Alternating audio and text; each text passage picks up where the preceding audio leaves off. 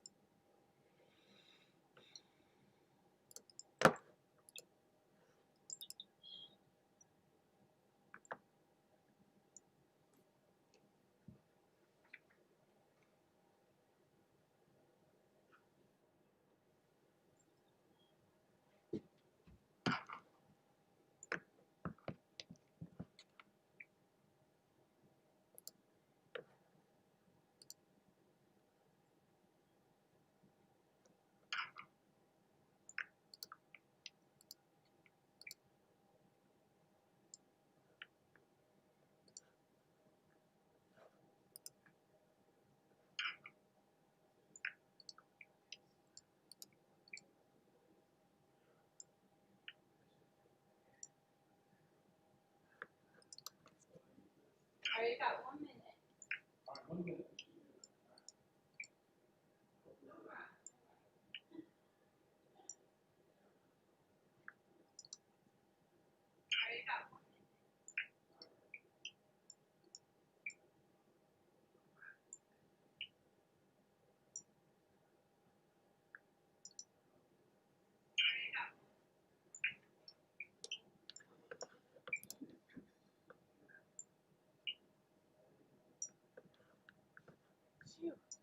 I know. Are you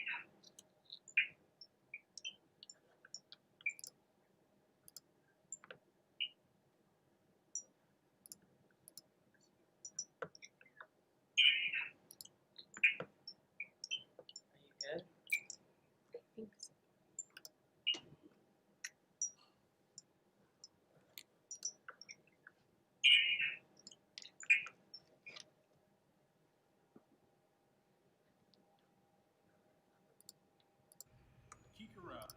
Chorale is launching a new interactive event.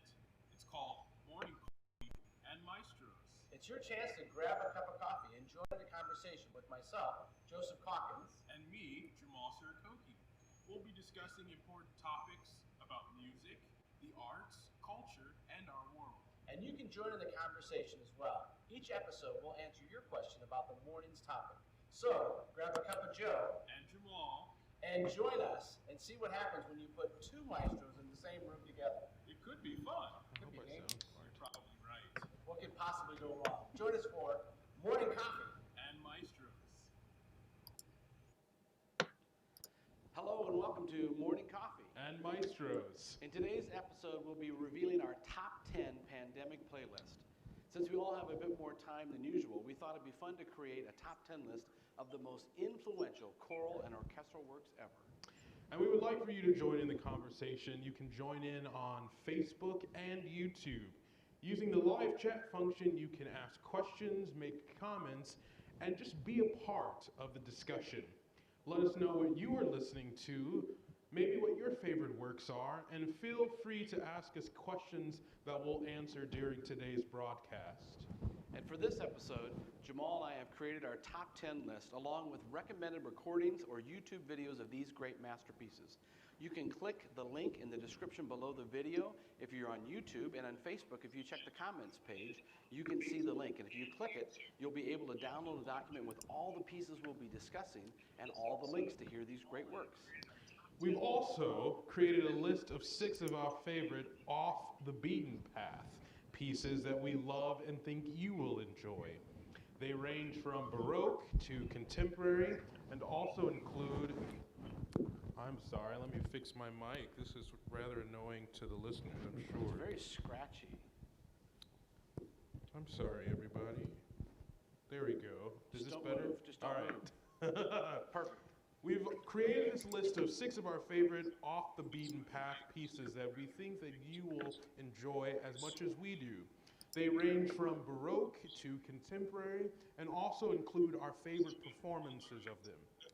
I hope, and we both hope, you'll take some time during this pandemic to listen to some of your favorite compositions, and maybe you'll even find a new favorite of your own.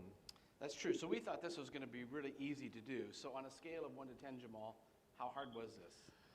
I don't think it fits on the scale. I think it supersedes the scale of how difficult this was.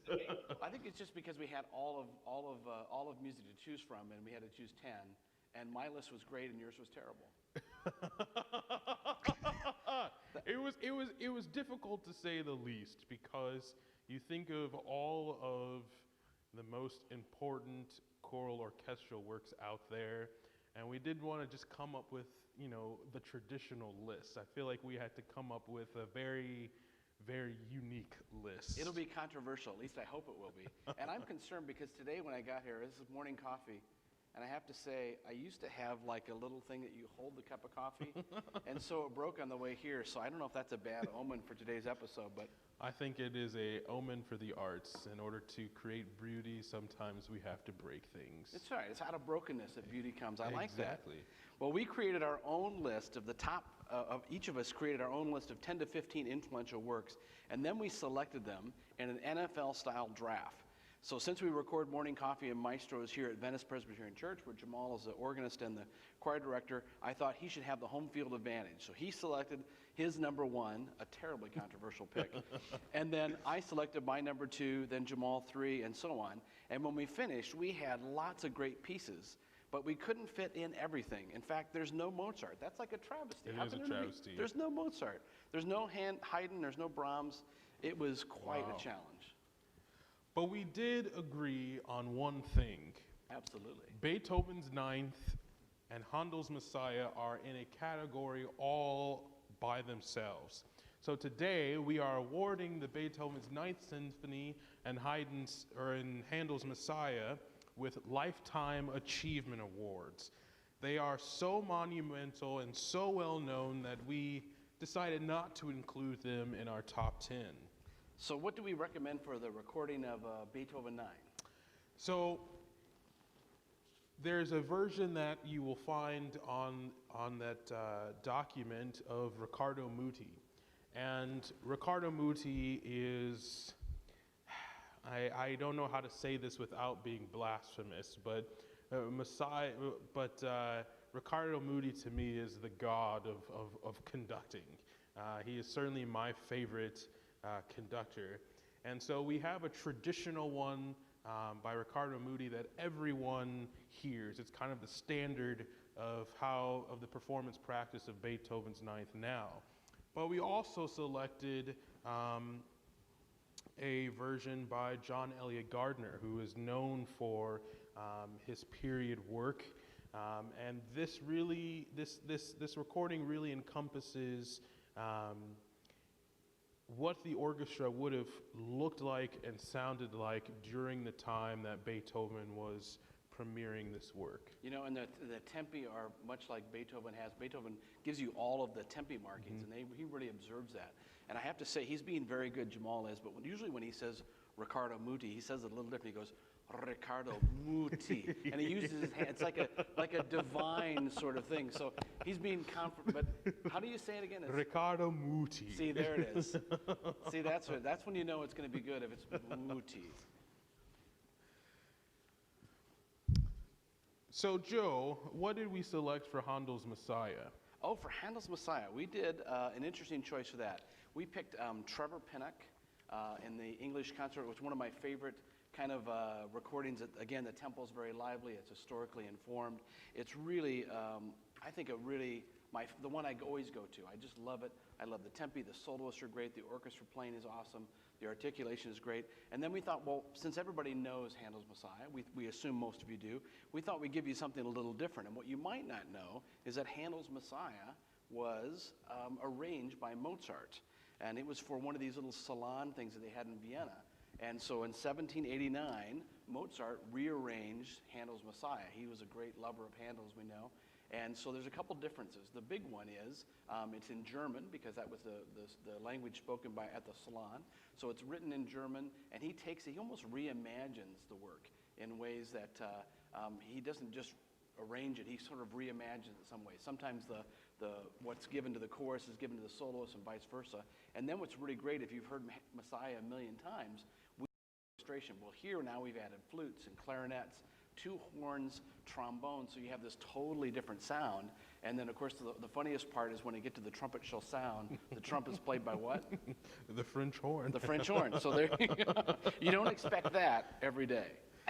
So today we'll start at number 10, and we're going to work our way toward number 1, which is a fantastic piece, as controversial as it is. You're setting it up, I like It this. is a fantastic piece. So, Joe, I believe that you have number 10. I do have number 10. It was the easiest choice of all time, the Verdi Requiem. It's an epic piece. It has lots of dramatic moments. There's that famous double chorus sanctus, which is just a bugger to learn, but it's really great. I think it has the most dramatic dies irae in all of the repertoire. It's very visceral for the chorus. It's really exciting. And then it has these moments where the bass drum has these huge dramatic strikes. And if I had the choice between playing the bass drum and the dies irae or conducting, I would play the bass drum. And the other part I love is I love the tuba mirum. Yes. The tuba mirum is a great moment because what Verdi does is he has offstage trumpets that come in, and it is the most, it's like being at the Last Judgment right there on the precipice. I mean, it's so arresting and so interesting. But I have to say the reason I picked this was not just because I love the work, but it's really sentimental to me. The first time I got to see Robert Shaw work was for this workshop doing the Verdi Requiem. So I spent a week with him watching him put together Verdi Requiem and then do performances, and we got to touch the stage of Carnegie Hall. Oh, yeah. And the other thing that's great is all the rehearsals were done where all of the Robert Shaw Chorale recordings were made. So it was just being surrounded in this hallowed sort of chamber of all this great music, and then being in Carnegie Hall. I remember we were in Carnegie Hall, and Shaw was in there. It was kind of early before the rehearsal, and James Levine came walking in with a big sandwich from Carnegie Deli, just dripping pastrami and everything through Carnegie Hall, but he could get away with it then. So, but it was a great experience, and I remember listening to the rehearsal.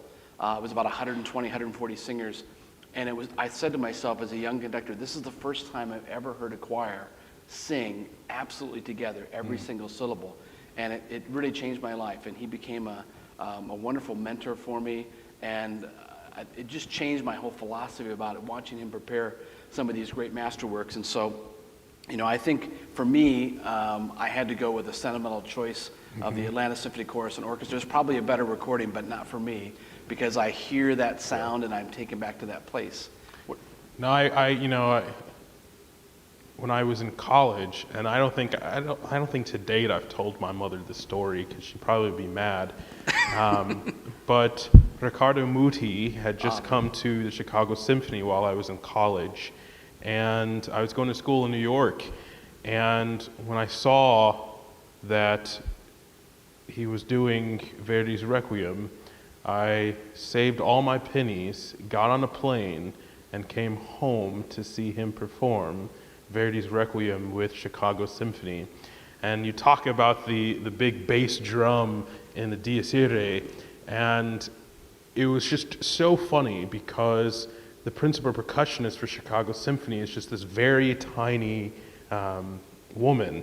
And so just seeing her with the sheer force of beating that bass drum was just, it was funny, but it was amazing to see the sound that this little tiny woman could produce and getting the bass drum. But the Verdi Requiem is definitely very sentimental for me as well, just because it was like the only time in my life that I have gotten on a plane to travel to another state to see a conductor perform a work so monumental as the Verdi Requiem. It's a great piece. I know Robert Shaw would tell the story of he did a lot of preparing for Toscanini, and they were doing he was in a rehearsal, and they were doing Verdi Requiem there at the Dies Irae, and he asked the percussionist, "Can you make any more sound?" And he said, "This is the most sound I can make, maestro." And he says, "What if you stood on a chair? Could you make more sound then?" And jumped down to the bass drum. And he said, "I can't do it fast enough, maestro." So it's but it's a great moment. So that's our 10. So what did you choose for the number 9?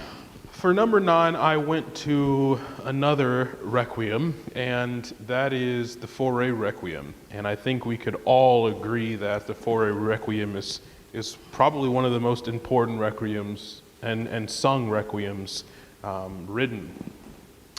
Fauré spent most of his career as a church musician, and the Fauré Requiem really is the only large-scale sacred work that he wrote. In fact, he's only written a handful of sacred repertoire.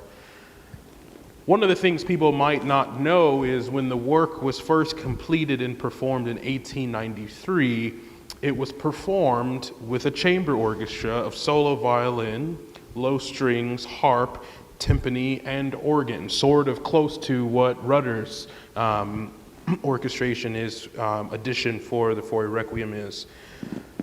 What also might surprise you is that it was only written in 5 movements. The movements for baritone solo, the offertorium, and the baritone and chorus, Libera Me, were not added until 1889, when it premiered in its completed form with additional instrumental parts for horn and trumpet. So pretty much this work was worthless until he wrote the baritone parts. Says the baritone. Says the baritone. But now the piece has been scored for soprano, baritone soloist, mixed chorus, 2 flutes, 2 clarinets, 2 bassoons, 4 horns, 2 trumpets, 3 trombones, harp, timpani, organ, and strings. And I would say that the full orchestration is not my preferred style of performing. I very much prefer the chamber and the intimacy of it.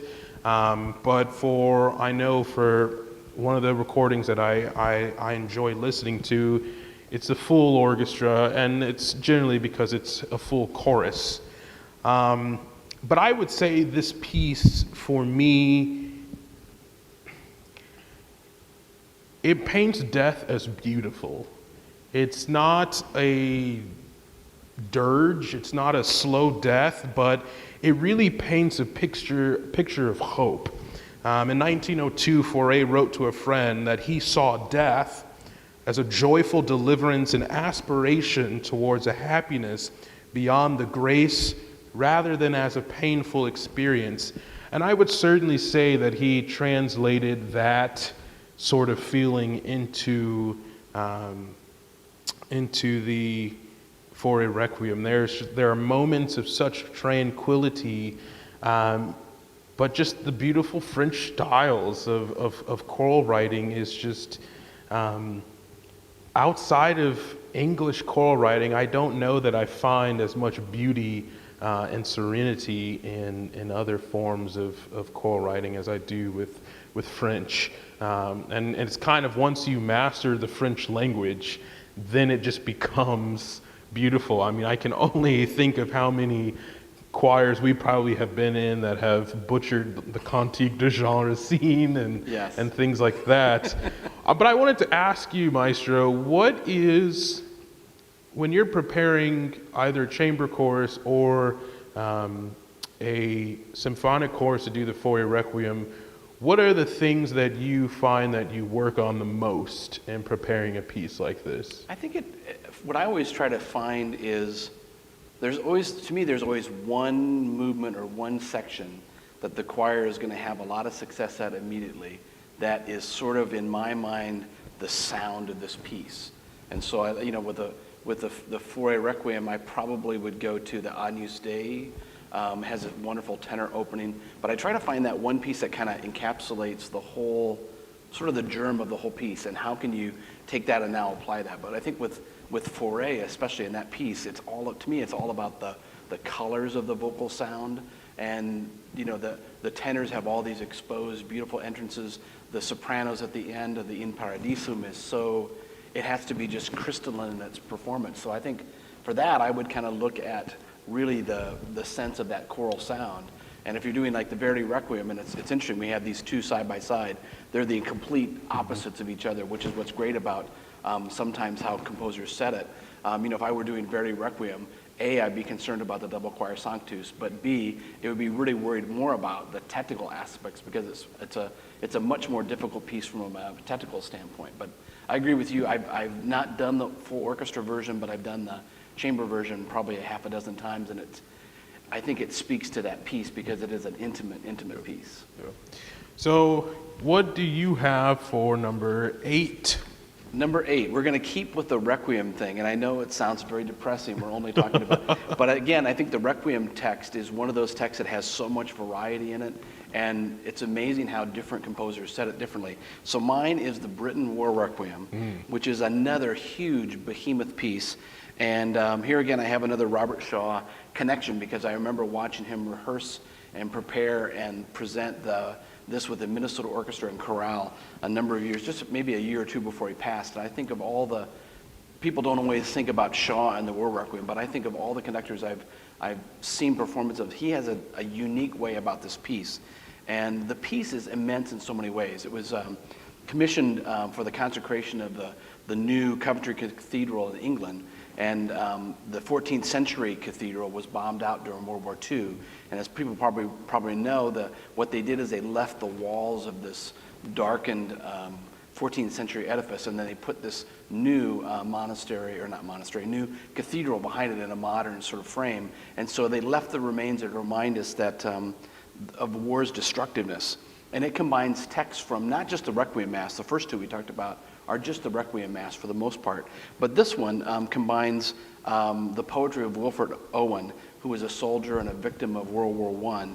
And the title page has these words from Owen, which really summarizes the message of this piece. And he says, "My subject is war and the pity of war. The poetry is in the pity. All a poet can do is warn." And so it really has that. And when I think of this piece, what's amazing to me is he has 3 separate forces that he does to create this storytelling. He has the full chorus with a giant orchestra and the soprano soloist who's always there. And that force is the big force, and they only sing in Latin. Then he has another group of forces, which are the tenor and baritone soloist. And in this case, the tenor and baritone soloists are soldiers from opposing sides in the war. So they often are talking back and forth, and they're singing Owen's poetry. And then that's accompanied by a chamber orchestra. And the chamber orchestra, as you know, is just a handful of strings, percussion, a couple winds, but the amount of color that Britain gets out of that is amazing. And then the third is the children's chorus, and they're generally placed separately from everyone else. And they only sing in Latin, and they always sing with the organ accompaniment, and it gives this kind of chilling sense of innocence about it. So you have these 3 forces, and the way he uses them together is quite masterful. And I just want to give one example, and this is going to be long because I love this work so much. But it's during the offertorium. And what happens in the offertorium is it opens with the boys' choir singing just beautifully with the organ. Then the full chorus comes in. They sing a choral fugue, and for the viewers, a choral fugue is really essentially a subject that's passed on from instrument to instrument, voice to voice part. And they're doing the text of God's promise to Abraham and his seed. And then in the next section, is Owen's retelling of the biblical story of Abraham and Isaac. And at that climatic moment, in that moment where the patriarch refuses to substitute a ram for a sacrifice, but instead slays his son, then Owen adds these words, and he says from the soloist, in half the seed of Europe, one by one. And they keep repeating, in half the seed of Europe, one by one. And they keep going back and forth and back and forth. And these are, again, different sides of the war. And then while that's happening, the children come in again. And they start singing while this is going back, this volley. And it's just a chilling juxtaposition. And then if that wasn't enough to really set the scene, now this parable has been turned upside down because Abraham slayed the son. And so Britten returns to that choral subject, that fugue that he did before. But this time, because the parable's been turned upside down, he does it inside out. So the whole theme is now completely upside down. At the beginning, it went from a soft dynamic to a loud dynamic. Now it goes from loud to soft. But it's just this incredible thought that goes into the storytelling of incredible depth and using these different forces to create almost a world that is not of this world. And I think it's just, he uses so much symbolism in the work and the craftsmanship. And you say, wow, could you pick a heavier piece? Probably not. But it is amazing. And I think, when you have time to sit down and really take in a piece of art, here again, art sometimes comes from a broken world, and here it does. And it paints such an amazing kind of piece. So I tell you, it should have been number 3. We studied this in grad school, the War Requiem, and I've always been amazed with the complexities of the piece. And it's an extremely complex piece. It's just never been one of those pieces that has musically called out to me. But it's one of those pieces that I would say during this pandemic, and I'll talk about that in another piece, do not listen to this in your car. That's very good advice. Yeah, that's not Find a place in your home or somewhere and just live in the moment of this fairly long and large piece. There's a lot to grasp from it. So I think now we're going to go to questions from the audience. We're getting a lot of questions about other requiems that Oh, nice. have been All left right. off the list. People have mentioned the Brahms Requiem and Mozart, and we just got one for the Durfley Requiem. Oh, those are all on my list. Were they on your list? They're all on my list. I mean, the Duruflé Requiem, I think, is an organist's dream. It is. And if you find the right organ, the colors that you can create in that is amazing. Of course, you can't.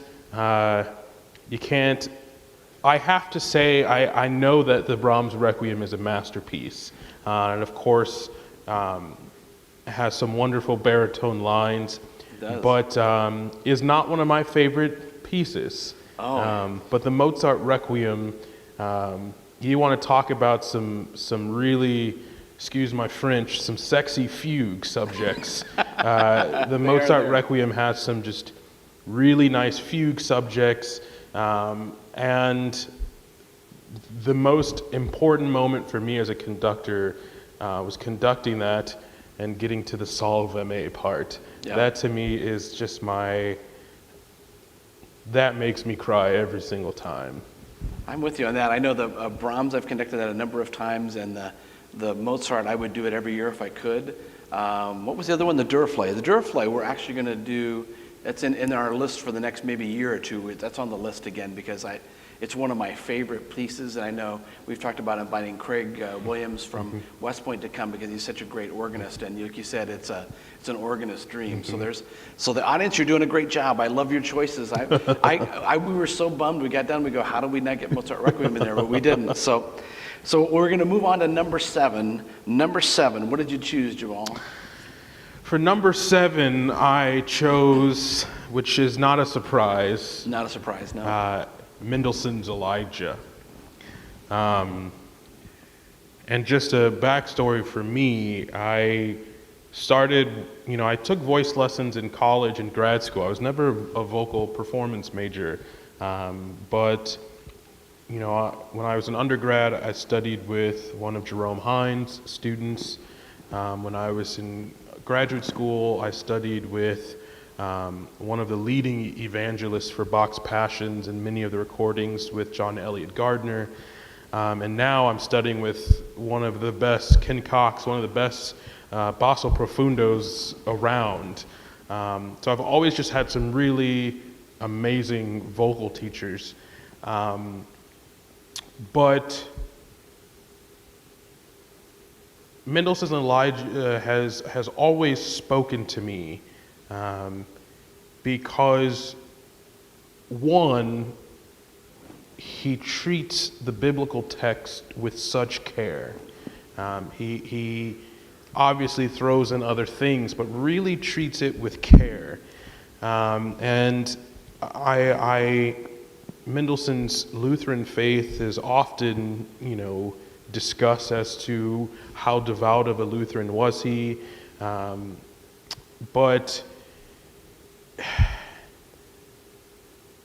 the way he sets the text to music, you feel the emotion, you feel the physicality of what it must have felt like for Elijah to convince these Jews to move away from these pagan gods and come back to the one true God, and to the point where he's just ready to give up his life. He's tired. He's given everything physically he has.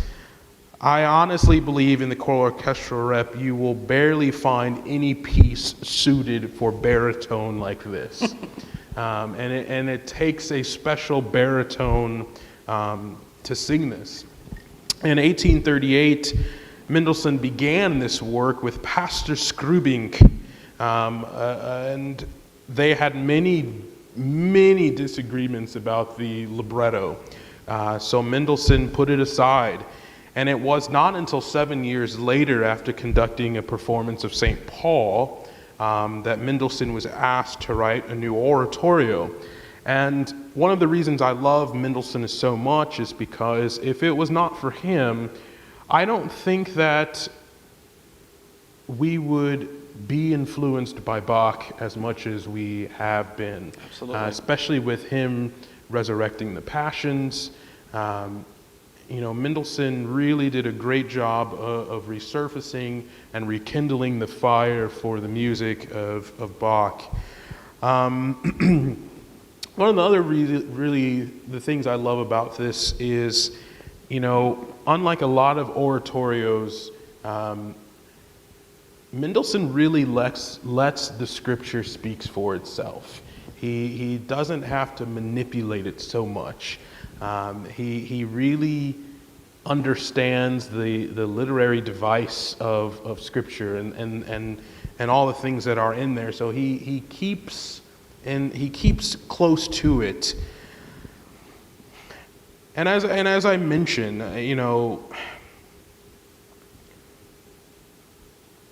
Mendelssohn really runs the gamut of dynamic contrast, of colors in the orchestra, of colors in the chorus, and really can move you from utter fury to utter frustration and to complete utter sadness and despair.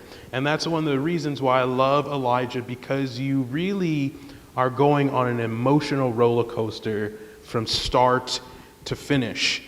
And the more and more I practiced this role, I found myself in the choir room so many times in tears, because I realized America has in itself been following after racism and hatred and bigotry and all of these things, and we just need someone, and that's why I love the power of music, we just need someone to return us back to the idea of loving everyone and treating people with respect and really becoming one race. And it's hard to put into words what that piece really means to me. But a buddy of mine said to me, he's like, it's very rare that you find anyone other than Bryn Terfel that can bring validity and goodness to Elijah, and I hope in my performance I was able to do that. I think you did. It's interesting with conductors. With any masterpiece, if you just spend a little bit of time with it, you'll learn to love it. And I have to say, Mendelssohn's Elijah was just never a piece that really spoke to me. And then you walked in one day and did an audition, and you did the Refiner's Fire. Is not his word like a fire. Not his word like a fire. And I said to myself, I guess I'm doing Elijah this year.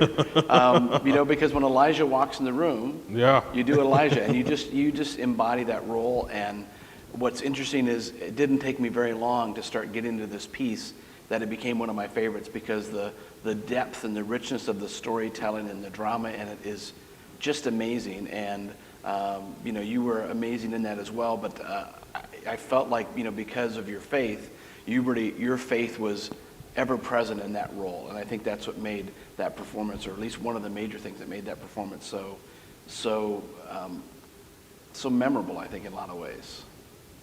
Yeah, no, it definitely is it definitely played a lot in how I came to the role of Elijah, and even just reading the story of Elijah and Kings it's just. I would say that my favorite part is, and I think anyone would say that, is the Baal scene. Absolutely. I mean, the fire and damnation that is happening, and just these.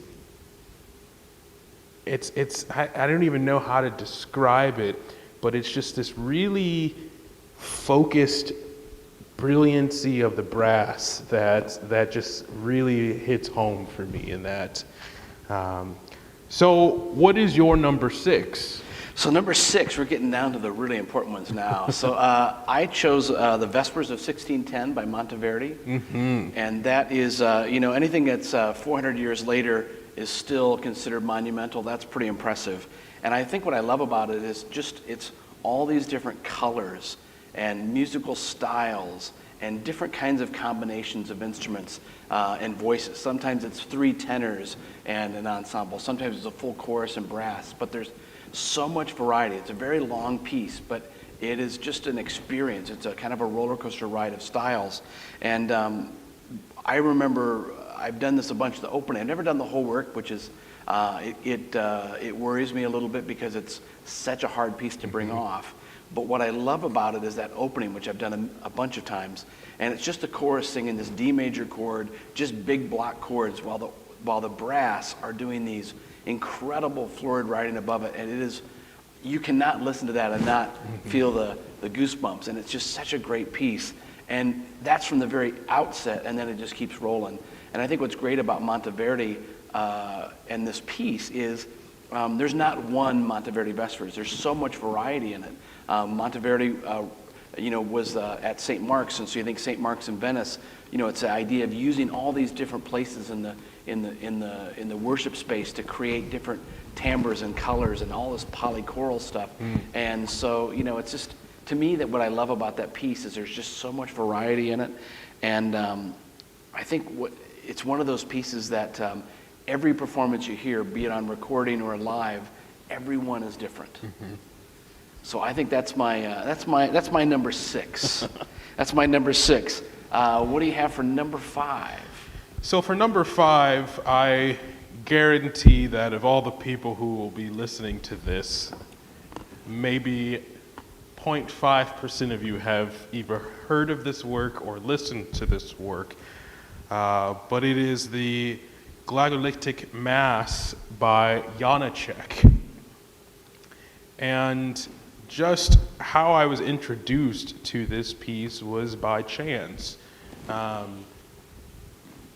was in New York, and I was at Carnegie Hall for the first time ever in my life.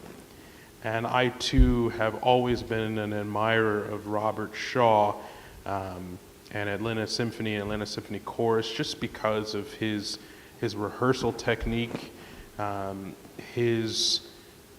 often so many conductors are working on phrasing and trying to be musical and miss the fact that in order to get there, you got to pay attention to the notes and the rhythm that are on the page. Absolutely. And so that's one of the things that I just really have always loved about Shaw. But obviously when I saw this, Shaw was no longer with us. But I was at Carnegie Hall for the first time, and it was Atlanta Symphony and Atlanta Symphony Chorus performing this Janacek Mass. And just from the very opening, this triumphal opening, to the very end, which ends in this super triumphal way, I was just hooked. And I just was like, holy crap, who is this guy? I've got to find more of his work.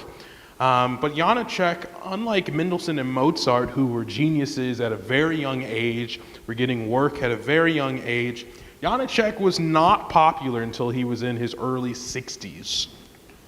So, first thing is first. What makes this piece call out to me is the insanity but awesomeness of the organ solo. I cannot think of another symphonic choral work of this magnitude that has a deliberate organ solo.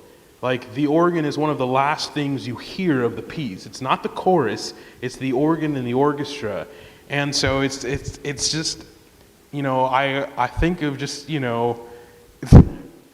he must have felt like a rock star just riding this ripping organ solo towards the very end of this work. And it is powerful. I mean, it is just like fireworks. It's just amazing. And, the unfortunate thing was it was at Carnegie Hall, and Carnegie Hall has one of the worst organs in the world. It's very disappointing, but, every good organist finds a way of just drawing great sound out of any instrument.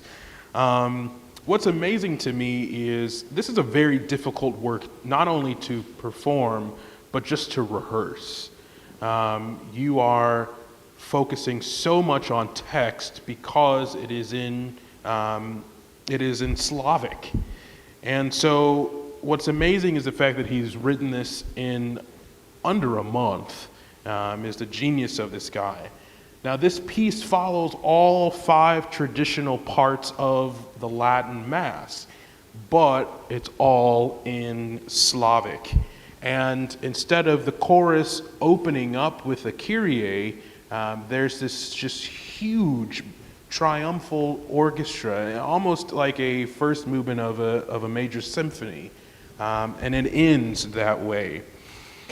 I would also say to, if Chorale ever decides to take this on as a project, I have to find a Slav. You have to find a Slav and, someone who really is going to, help with addiction and things like that. It's very difficult. But whoever the soprano and tenor soloists are better have their chops. I mean, it is not easy, and you are singing in the stratospheres. Forever. I stopped counting high Bs. I just went, stop counting them. There's going to be a million of them. I mean, I can give you 2 high Bs in a week. That's about we don't my know limit. which day. No. And usually it's after the morning coffee and before the evening cocktail. But just to give you some details of this orchestration, it is scored for 4 flutes. And the 3rd flute is doubling with piccolo. It has mostly triple winds and 2 offstage clarinets. Who does 2 offstage clarinets? Who does? And who other than Poulenc would say, I'm going to put in 2 harps in this piece. Exactly. But Janacek puts in 2 harps, celeste, and organ. And this is one of those pieces where it is not, if you don't have the budget to do it, don't do it. because you need the organ. It's not something that you can just get by without. And as I said, like I first heard this work in Carnegie Hall just by circumstances, and have yet to see or hear since then of this piece being performed again. It is not widely performed, but it is, I believe, one of the most important and influential works of not just 20th century music history, but of the choral orchestral repertoire. When you think about how many times the Latin Mass has been set to a vernacular language, almost never. You know, Brahms was one of the first to do it, but you know, it's one of the most important. You know, he was Moravian, so it's one of the most important pieces. And I think, you know, he described that I see the soprano as an angel maiden. I see the tenor as the priest, and I see the chorus as the Slavic people. And so it has this nationalistic sense to it. And you know, seems like the Shaw episode, but it was one of the pieces that he really championed. And it really wasn't until the 1960s that people outside of the Czech Republic knew this piece. So it's a powerful piece. It was a good choice. I had to revisit it. I hadn't heard it in a long time. So it's a great piece. We're going to see if we have a few more questions, comments. What do we have? Yes, we actually heard from one Janacek fan who said, "Oh, a I'm so Janacek. glad you added the Janacek. I was fortunate to hear it in Sydney, where my friend Neil McEwen prepared the chorus." Oh. Nice. And switching gears a little bit, a few people have asked about Morten Lauridsen and why he's not on the list. Oh, I love Morten Lauridsen. I had my short list. I had the Lux Aeterna. I guess probably the reason that Morten doesn't get in this list is it's the most influential choral orchestral, and Lauridsen is one of the greatest choral composers we've ever had. But he doesn't do a lot with orchestra. The piece, not Onata Lux, the Lux Aeterna. I've done that a number of times, and it is such a great piece. The colors and you know, my only thought about Lauridsen is I'm like, please, Morten, write us more stuff with orchestra, because it's such a great piece. Yeah. If you ever want to talk about Lauridsen with someone, talk with Craig Williams. Lauridsen was his music theory teacher when he was in undergrad. Oh, wow. In Southern California. So he's got some really great stories of just learning from Lauridsen. Any other questions or comments we can answer? Got a lot of praise for your Elijah performance. Oh, I he need to was. mention that. And people were asking to hear about your feelings about performing it, which I know you spoke about, but I just wanted to mention that to you. Well, thank It's you. a great there performance. was one other comment. Somebody mentioned another piece by Mendelssohn, "There Shall a Star Come Out of Jacob." Yes, Oh. that is smallish cantata. It is. I did not put it on this list because, like Handel's Messiah, it's one of those pieces that you hear more bad church choirs performing than very good performances of it.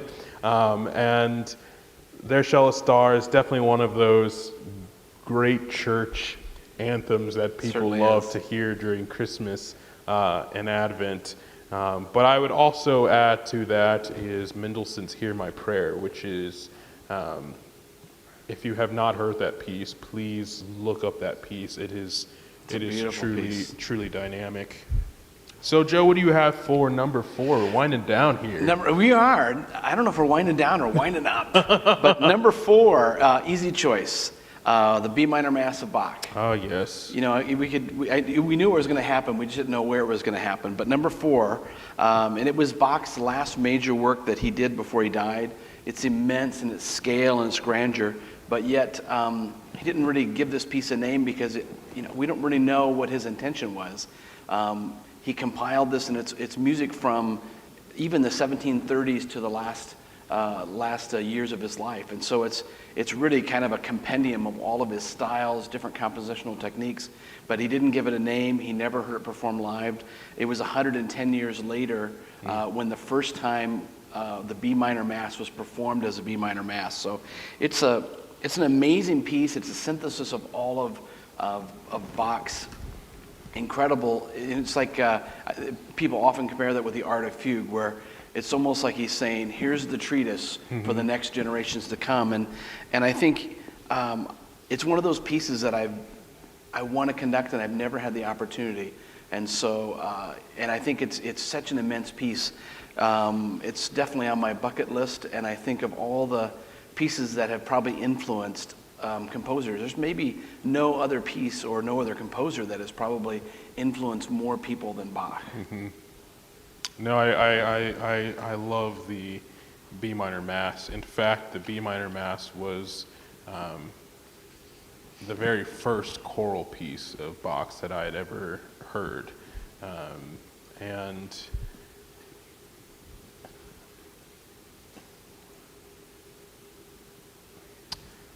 it doesn't disappoint.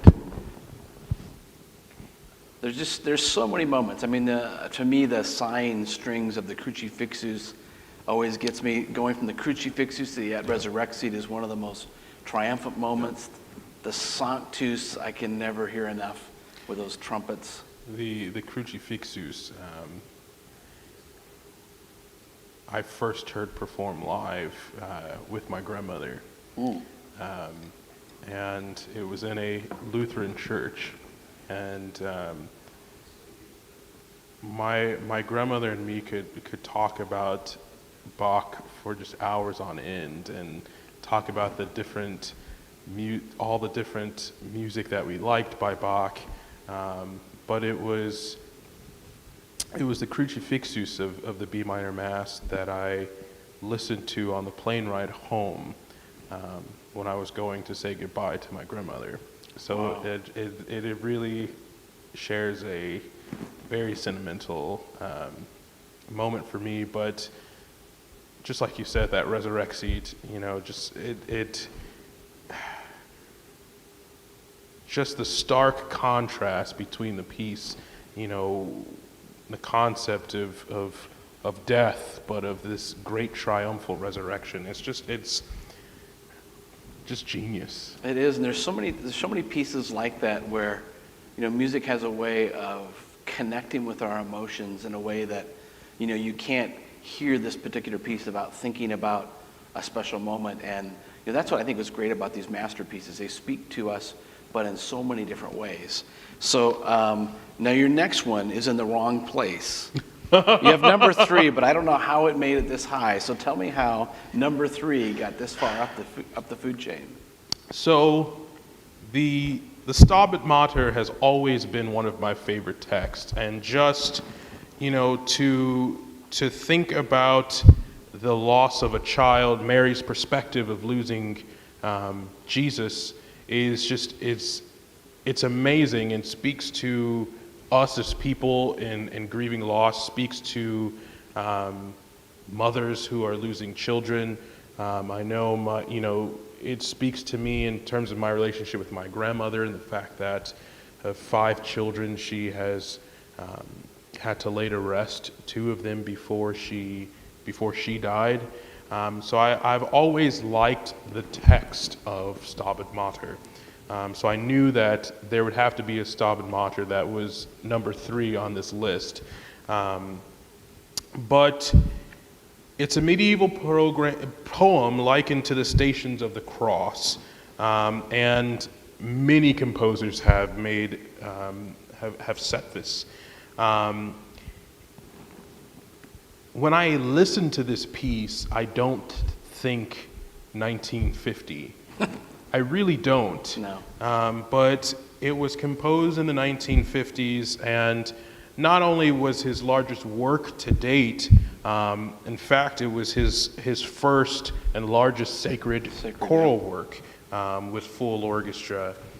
One of the things that you mentioned to me about this piece was Poulenc's regard for Shaw's interpretation, and how he said Shaw's renditions correspond to the very action of the blood through my body. I thought that was a really good quote you gave me. The nature of this piece is as you said, is very balletic. But if you listen to movements 1, 6, and 12, they all have this recurring motif, and it sort of fashions a song cycle. One thing I love about this piece is the fact that it is somewhat bipolar. It really keeps going back and forth between the serene and the boisterous.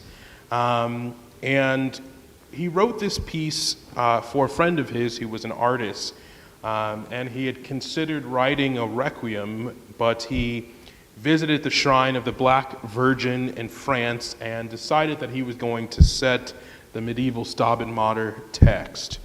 One of the things that is important to me is the reason why I love the Stabat Mater is, you know, like any other piece, everyone has set certain texts to music, but the Stabat Mater, just none of them really sound the same. I mean, you go from this early Palestrina setting, which I think is probably one of the most famous settings, but then you go to Rossini, which gives you this really Italianate, operatic, bel canto sort of feel. I love the Verdi is one of my favorites. The Verdi is tremendous. And so there's just this gamut of Stabat Maters, and I really have not found too many that are similar. They really, really transcend their age. As I said with another piece, if this is your first time listening to the Stabat Mater, don't do it in the car. You might get into several accidents from the bipolarness of this piece. Not only will the soft, pulsing eighth notes grab you right at the beginning of the introduction, but it comes in with this beautiful yet very haunting opening lines by the basses, and it's just so amazing of a piece. And so I know in a traditional top 10 list probably wouldn't put this at number 3, but I feel like in a Jamal Sarakoki, Joe Calkins list, this made it. It's interesting too because it's a fairly short work. It's 12 individual movements. Some of the movements are 1 minute and 30 seconds. The longest one is just over 4. So it really does. It really does have that. It's a very interesting juxtaposition sometimes of the music with the text, but I think it's very contemplative and it's just colorful, and I think it's going to have to end up in a concert near us. I agree. Really, it's powerful piece. So please tell me your number 2 is something that will really get us going. All right, number 2, you could call it 2A and 2B. It's the Bach Passion of St. John. If you want to go 2B, it could be St. Matthew Passion. Either one of those could fit in that spot, but I didn't want to give up 2 spots, so they can share it. But the St. Matthew and the St. John Passion are, it's an incredible story that is told so powerfully through Bach. And when you think about the language he had, compared to Poulenc, who had all these incredible 11ths and 9ths and these extended harmonies and all these different instruments, Bach does with a very limited amount of resources, creates this spellbinding portrayal of the Passion. And this one also is sentimental to me. The first time I connected that, it was under the tutelage of Helmut Rilling at the Oregon Bach Festival. And Helmut Rilling is one of the leading Bach conductors of our day, and became an incredible mentor for me. And so to be learning this piece with someone who has done it 1,000,000 times and kind of being led on this path was great. And I got the opportunity to see Helmut Rilling prepare the St. John Passion, the St. Matthew Passion, and B minor Mass twice. And I could have gone to college for 20 years and never have gotten what I got out of those moments, and to be with him and to watch him. And one of the things I think that I love about Helmut Rilling, I put Helmut Rilling's recording on this list, was he has an incredible way of thinking about the pacing and bringing out the dramatic arc of this piece.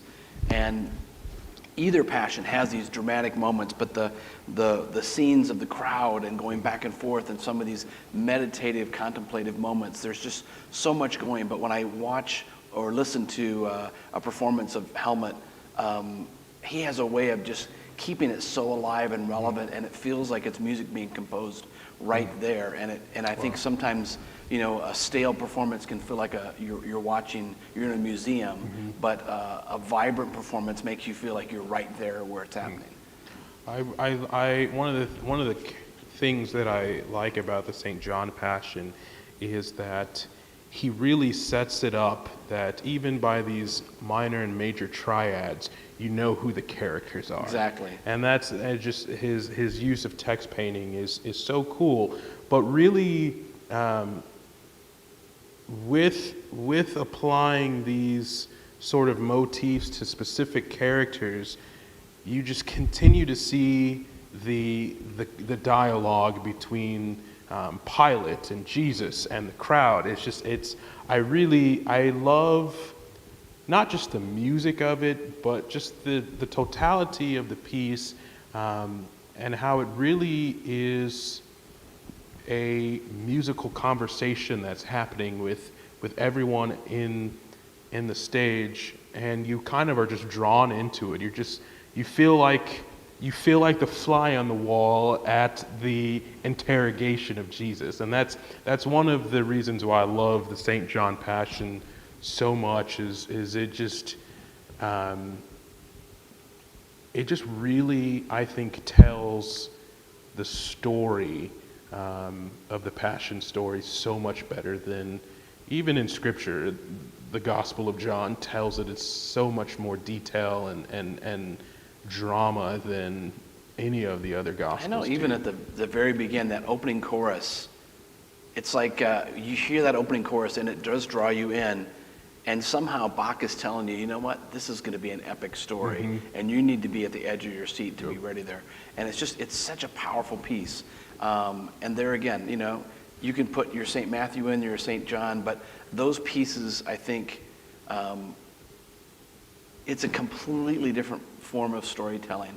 And to do that at the time of Bach is just amazing. And they thought he was an old fuddy-duddy because he was using these old forms. But, you know, it's just a masterful piece. And it's like there's so much symbolism in Bach, and you can go and study. It's like I'm sitting at the foot of a masterpiece, and every time you look, you see 20 things that you didn't notice before, and it's just amazing. So that's my number 2. So now it's time for the very number 1 most influential choral orchestral work, and you are going to shock the world with a controversial pick, let's call it.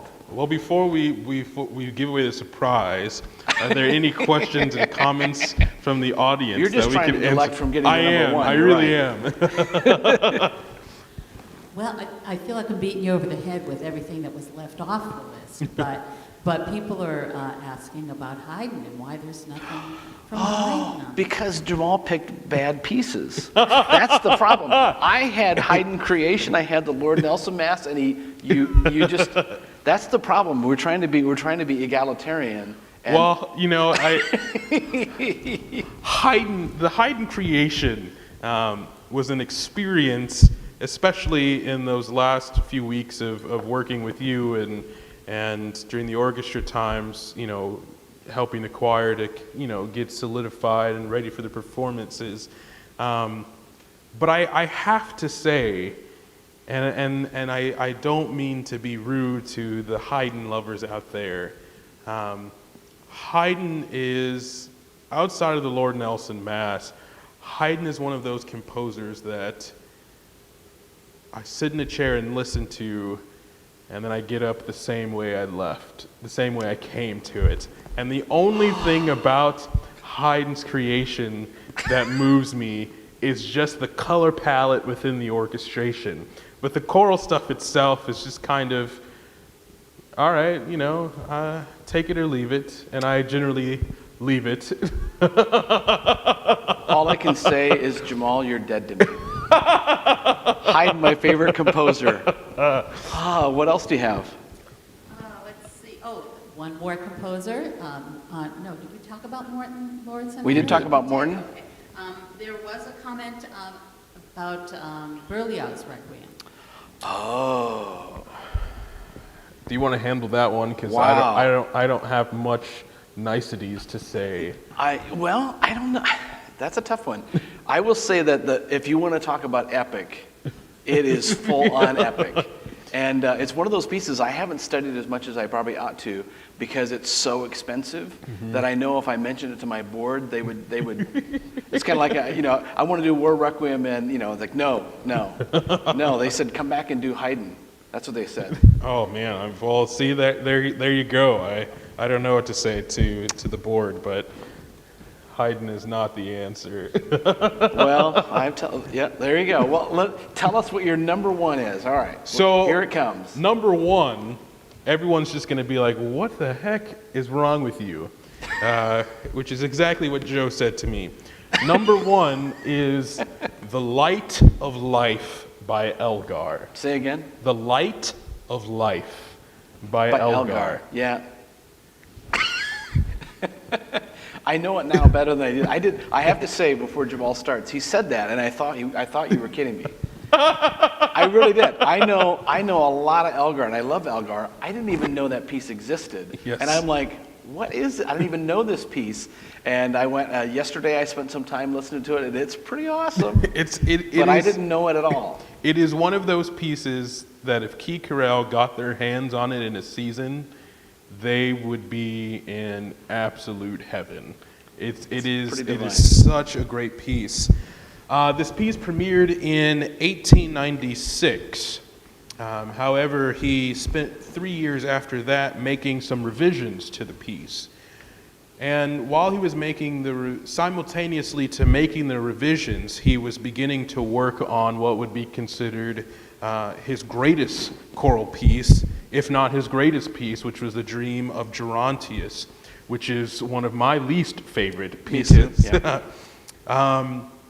And he would write a trilogy, basically, of oratorios. He only wrote 3, and they were all based on New Testament scripture and primarily focused on the gospel.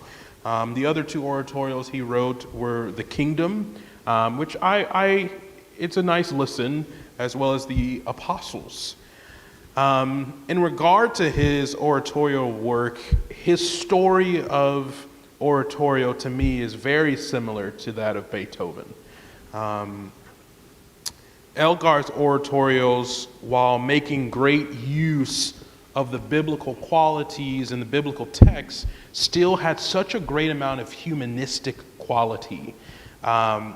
Beethoven only wrote 1 oratorio, which is one you should look up, called Christ on the Mount of Olives. And he portrays Christ on the Mount of Olives in a very humanistic form. And with both composers, you will see the parallels and musical similarities between their first choral works and their greatest choral works. With Beethoven, when you listen to Christ on the Mount of Olives, when you listen to the choral fantasy, you begin hearing all of this harmonic structure, all of this rhythmic structure in preparation for Beethoven 9. And the same thing with Elgar, with all of these revisions, you see some of the motifs from Dream of Gerontius actually in his revision of Light of Life.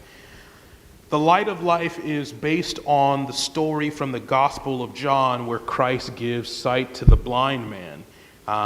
And the reason why I love this piece is because if you really read the story and then go and listen to this, it's everything you would want if Jesus were to come to you now and give you sight. Like it's everything you would want in a piece. I would say what makes me fall in love with this piece is his ability to marry the Wagnerian orchestration styles and the traditional English choral writing. He does it so well, and does it within all of his, does it within Dream of Gerontius. He knows how to marry these 2 very different styles of writing into one masterpiece. So you have the lushness of the strings, this really brilliant and triumphal brass writing. And for me, you are not a good composer until you really know how to write for brass. Brass is where it is. But his ability to use so much dynamic contrast between the whole piece, and he really paces it out throughout the whole piece. And that's what I really, really like.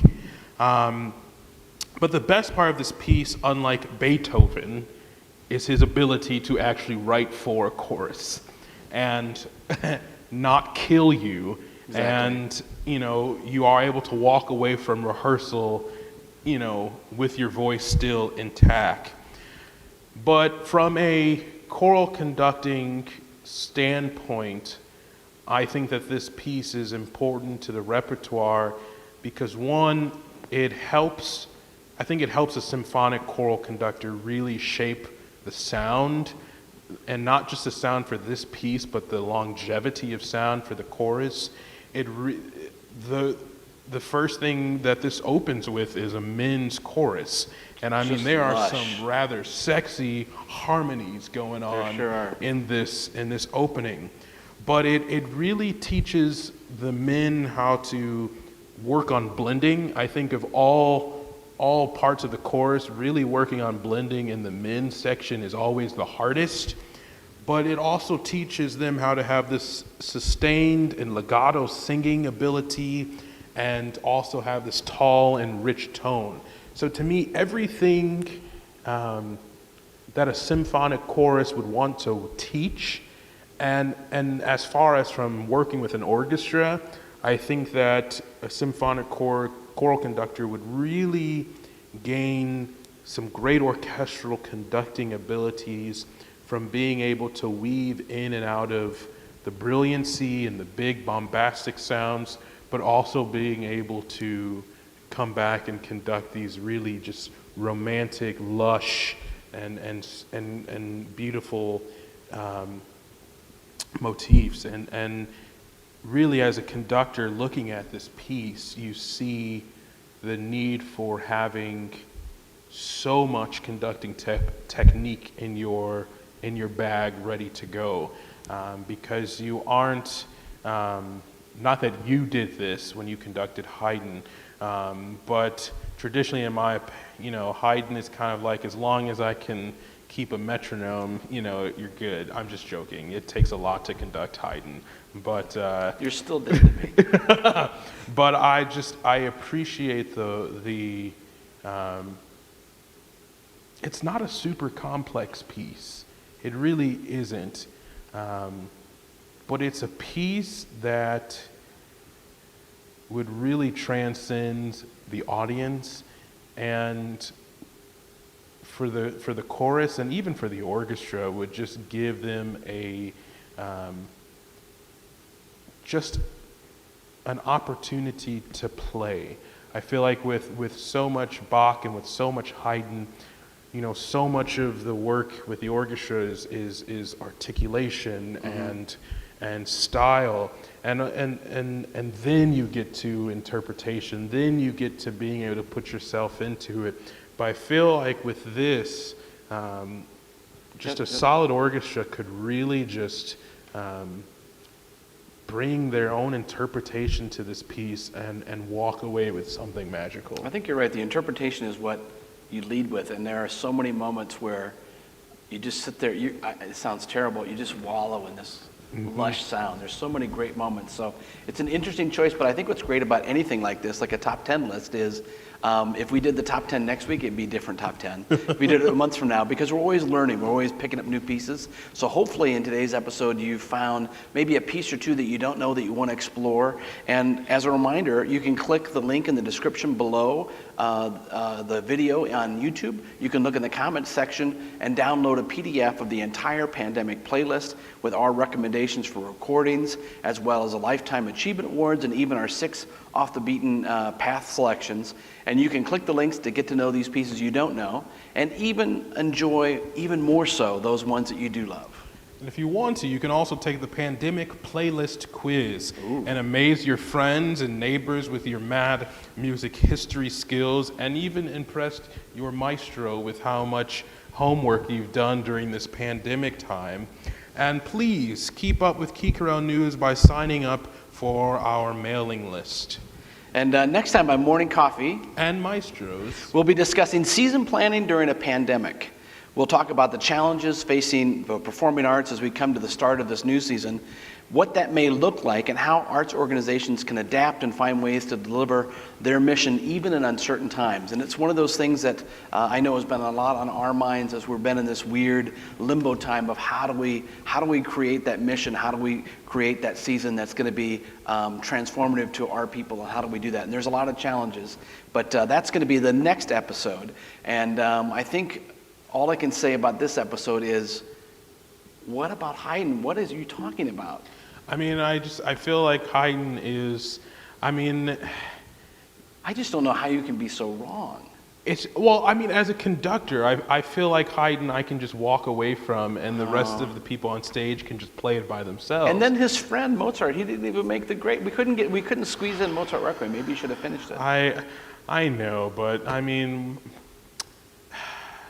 I feel like now our listeners are going to walk away with so much, their horizons have been opened in a new way to experience different music, and they're going to come back and say, you know what, I don't think I ever have to listen to Haydn again.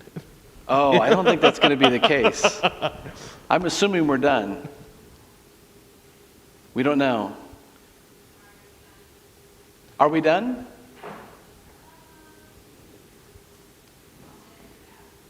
Oh, we're not done. We're not We're done. still live. But that's okay. Hey, guys.